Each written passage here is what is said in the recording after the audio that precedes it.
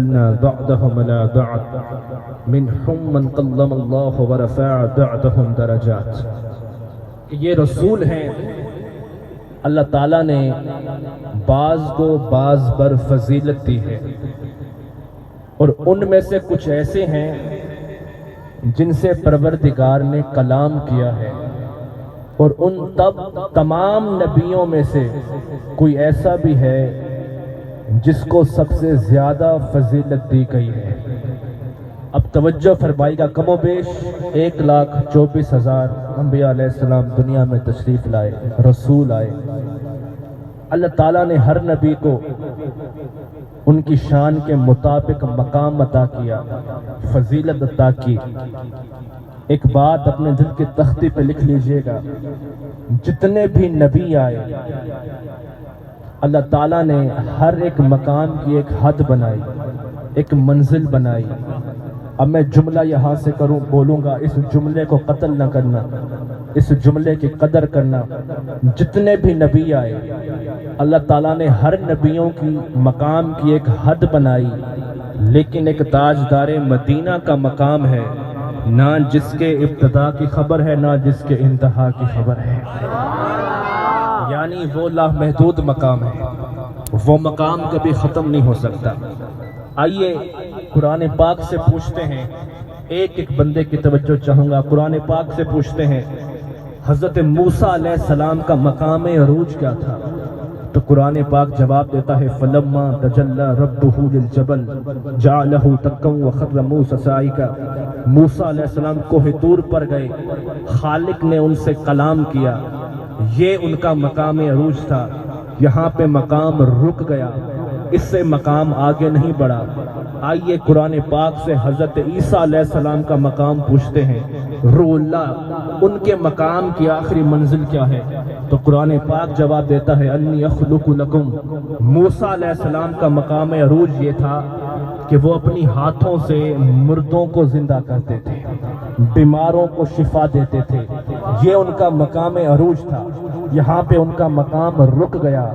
آئیے قرآن پاک سے حضرت ابراہیم علیہ السلام کا مقام پوچھتے ہیں، تو قرآن پاک جواب دیتا ہے وَقَذَلِكَ نُورِ إِبْرَاهِيمَ مَلَكُوتَ السَّمَوَاتِ وَالْأَرْضِ. ان کا مقام عروج یہ تھا کہ پروردگار نے ایک دن حضرت ابراہیم علیہ السلام کو کہا کہ آپ پتھر پہ کھڑے ہو جائیں. آپ پتھر پہ کھڑے ہوئے، کہا نگاہیں اٹھاؤ. آپ نے نگاہیں اٹھائی تو نگاہیں عرش تک جا پہنچی. یہ ان کا مقام عروج تھا، ان کے مقام کی حد تھی. اب توجہ فرمانا، اسٹیج سے لے کر آخری بندے تک ایک ایک کی توجہ چاہیے. اب میں نتیجہ تمہارے حوالے کرنے والا ہوں. اب قرآن پاک سے تاجدار مدینہ کا مقام پوچھتے ہیں، محمد مصطفیٰ کا مقام پوچھتے ہیں. تو قرآن پاک جواب دیتا ہے اگر حضور کا مقام پوچھتے ہو تو ان کا مقام یہ ہے ثم دنا فتدلی فکان قاب قوسین او ادنا. یعنی خالق نے مصطفیٰ کے مقام کو اتنا بلند کر دیا، اتنا بلند کر دیا کہ دنیا نیچے تھی، مصطفیٰ آگے تھے. آسمان نیچے تھا، مصطفیٰ آگے تھے. جنت نیچے تھی، مصطفیٰ آگے تھے. عرش نیچے تھا، مصطفیٰ آگے تھے. مکان نیچے تھا، مصطفیٰ آگے تھے. لا مکان نیچے تھا، مصطفیٰ آگے تھے.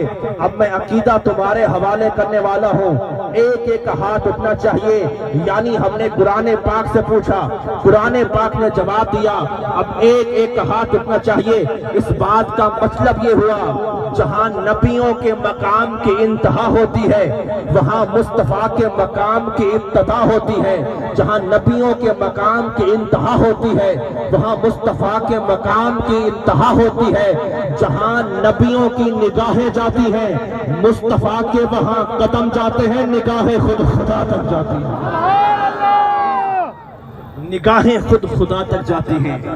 جہاں نبیوں کی نگاہیں جاتی ہیں مصطفیٰ کے وہاں قدم جاتے ہیں، نگاہیں خود خدا تک جاتی ہیں. تو پھر ہم کیوں نہ کہیں محبوب سبھی رکھ ہک پاسے، وہ نازک متوارا ہک پاسے. جس کا دل خوش ہو رہا ہے ہاتھ اٹھا کر جواب دے گا محبوب سبھی رکھ ہک پاسے، وہ نازک متوارا ہک پاسے. قرآن نہ پارا ہک پاسے اور نمکین رخسارا ہک پاسے مجھے درد دفتر ہک پاسے مجنو بیچارہ ہک پاسے مرسلت نبی سارے ہک پاسے میرا سہرا نبی ہک پاسے ساجد سارا جگ ہک پاسے مسجود محمد ہک پاسے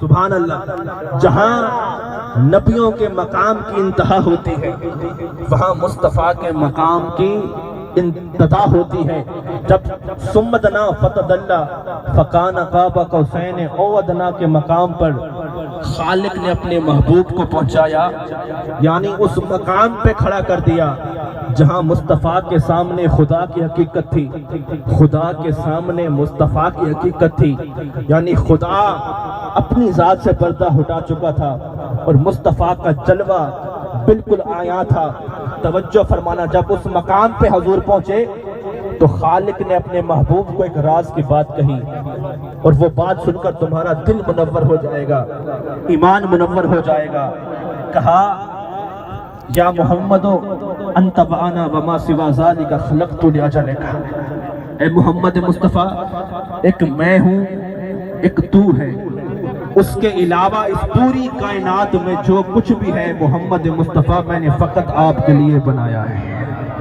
یا محمد انت وانا وما سوا ذالک خلقت لاجلک ایک میں ہوں ایک تو ہے